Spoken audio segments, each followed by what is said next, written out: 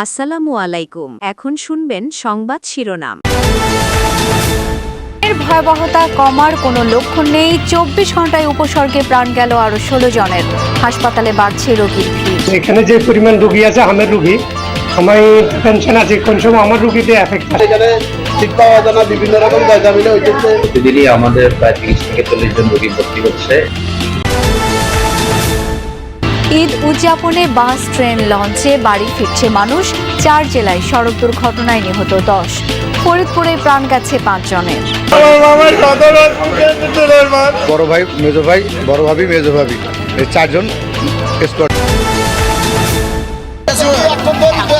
কেন মানে এরকম কেন? এটা 6000 আপনি 700 টাকা দিচ্ছেন, তোর সবগুলো কি 700 টাকা করে নিতে হচ্ছে? সিলের নামে চাঁদাবাজি আর পশু বাঁধতে চলছে খুঁটি বিক্রি। একদিনে তুলে নেওয়া হচ্ছে 100 কোটি টাকা। পথে পথে পুলিশের উৎপাত। খুঁটি কিনছে কিনা জানি না, ওটা মানে 200-250 টাকা এরকম কিনা হয়েছিল। সবাই ট্রেনে নিচে টাকা স্লিপ কাটছি, আড়ালে টাকা দিচ্ছি। রামিসা ধর্ষণ ও হত্যা মামলায় সোহেল এবং তার স্ত্রীকে অভিযুক্ত করে চার্জশিট। দৃষ্টান্তমূলক সাজার দাবিতে জেলায় জেলায় বিক্ষোভ, মানববন্ধন। আসসালামু আলাইকুম। এতক্ষণ শুনছিলেন সংবাদ শিরোনাম, এখন শুনবেন বিস্তারিত। দেশ জুড়ে হামের ভয়াবহতা কমার কোনো লক্ষণ নেই। 24 ঘন্টায় রোগটির উপসর্গ নিয়ে প্রাণ গেছে আরও 16 জনের। এর মধ্যে ঢাকাতে মারা গেছেন 10 জন। এছাড়া রাজশাহী, সিলেট, বরিশাল, ময়মনসিংহ, রংপুরে প্রাণ গেছে 6 জনের। 24 ঘন্টায় দেশের বিভিন্ন হাসপাতালে নতুন রোগী ভর্তি হয়েছেন 1434 জন। এর মধ্যে ময়মনসিংহ মেডিকেলে ভর্তি হয়েছেন 19 জন। চিকিৎসা শেষে বাড়ি ফিরেছেন 46 জন। বর্তমানে হাসপাতালটিতে ভর্তি আছেন 72 জন রোগী। এদিকে হামের প্রাদুর্ভাবের শুরুর পর থেকে এখন পর্যন্ত সিলেটে মৃত্যু হয়েছে 52 জনের। গত 24 ঘন্টায় হাসপাতালে নতুন রোগী ভর্তি হয়েছে 73 জন। এছাড়া বরিশাল, রাজশাহী, রংপুর, খুলনা ও চট্টগ্রাম বিভাগের বিভিন্ন হাসপাতালেও রোগীদের ভিড় রয়েছে। ছোঁয়াচে এই রোগ ও উপসর্গে এখন পর্যন্ত দেশে 5 শতাধিক শিশুর মৃত্যু হয়েছে। এই পরিস্থিতিতে হামের চিকিৎসায় দায়িত্বরত চিকিৎসক, নার্স ও জরুরি স্বাস্থ্যকর্মীদের ঈদের ছুটি। হামের জন্য সদর আসছে, সদরের চিকিৎসাটা ভালো, কিন্তু কথা হচ্ছে এখানে সিট পাওয়া যায় না, বিভিন্ন রকম জায়গা হইতেছে। এখানে যে পরিমাণ রোগী আছে, আমের রোগী, আমি টেনশন আছে কোন সময় আমার রোগীতে এফেক্ট আছে। আমের জ্বর, কাশি এবং পাতলা পায়খানা হয়েছে, এখন হামের লক্ষণ আর কি, এই জন্য ভর্তি হবে হাসপাতালে। আমের প্রকোপ কমার কোনো লক্ষণ আমরা নোয়াখালীতে পাচ্ছি না। প্রতিদিনই আমাদের প্রায় 30 থেকে 40 জন রোগী ভর্তি হচ্ছে এবং রেগুলার আমাদের আইসোলেশন ওয়ার্ডে প্রায় 1 শতাধিক রোগী ভর্তি আছে। প্রিয়জনের সাথে ভাগাভাগি করতে রাজধানী ছাড়ছে মানুষ। ঈদযাত্রার দ্বিতীয় দিনে কমলাপুর রেলওয়ে স্টেশন, মহাখালী বাস টার্মিনালেও ছিল ঘরমুখো মানুষের চাপ। বিকেল থেকে যাত্রী চাপ রয়েছে বাস ও লঞ্চ টার্মিনালেও। এদিকে বাসের টিকিটের জন্য দীর্ঘ লাইনে দাঁড়িয়ে অপেক্ষা করতে দেখা গেছে অনেকে।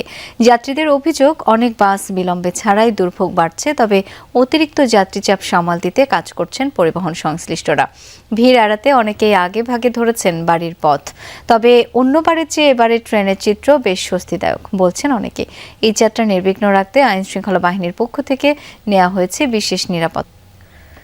ফরিদপুরে বাস অ্যাম্বুলেন্স সংঘর্ষে প্রাণ গেছে একই পরিবারের 4 জন সহ 5 জনের।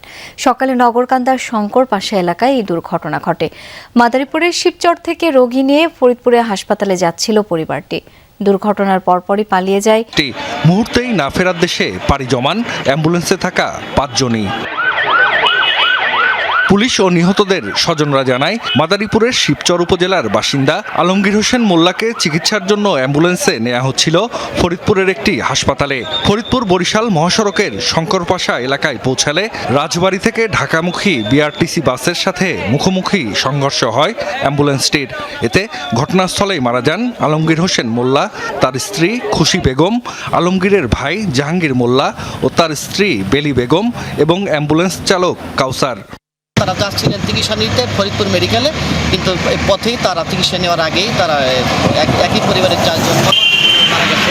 আমরা ঘটনাস্থলে দ্রুত এসে পৌঁছে আমরা দেখি যে এখানে অ্যাম্বুলেন্সের যারা রোগী বা যাত্রী ছিলেন এবং ড্রাইভার সহ 5 জন স্পটই মারা গেছেন।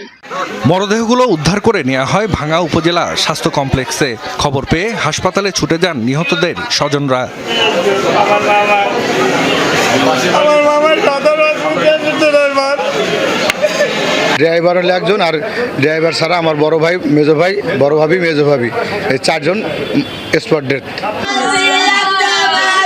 একই সাথে পরিবারের 4 সদস্যের মৃত্যুতে থামছেই না স্বজনদের আহাজারি। পুরো এলাকা জুড়েই শোকের ছায়া।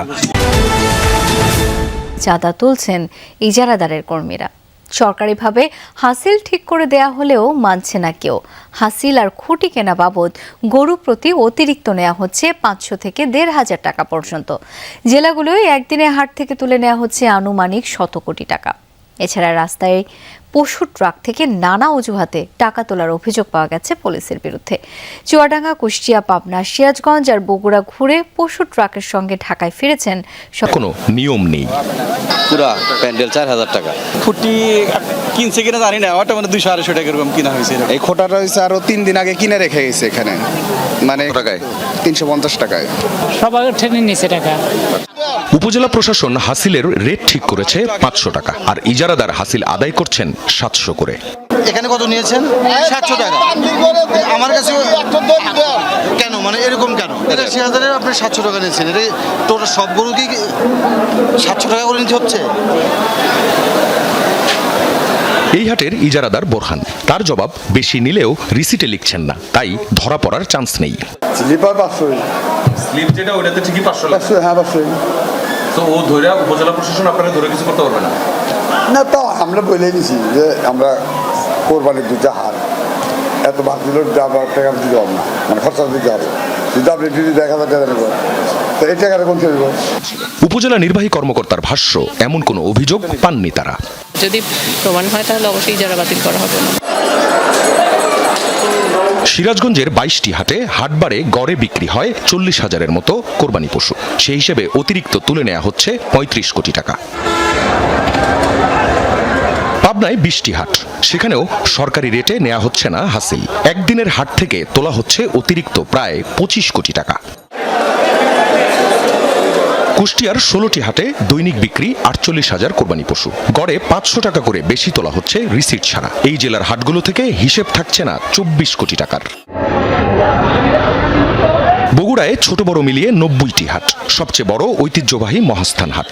শুধু এই হাট থেকেই পশু প্রতি অতিরিক্ত নেওয়া হয়েছে 1,000 থেকে 1200 টাকা। বাকি হাটগুলো মিলিয়ে শুধু বগুড়ায় তোলা হয় অতিরিক্ত 18 কোটি 30 লাখ টাকার মতো।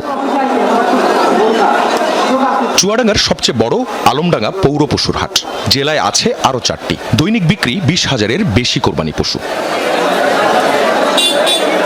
হাটে ঢুকতেই শুরু হয় হিসেব রাখার নামে চাঁদাবাজি। যদি বলা হয় যে কোন ক্ষেত্রে টাকাটা নিতে হবে, বলবে যে আমাদের বোনাস হিসাব। বাক্সটাতে কি? বাক্সে কোনো কিছু নেই। এই বাক্সে তো টাকা কই 2-5 টাকা দিই চা খাও। আপনার ধরেন হাটে ঢুকতে বেরোইতে খরচ কত? অনেকটা খরচ হয়ে যায়, 5-7 হাজার খরচ হয়ে যায়। হাটে গরু নামানোর জন্য মাটি দিয়ে উঁচু করা জায়গার দাম নেওয়া হচ্ছে 1,000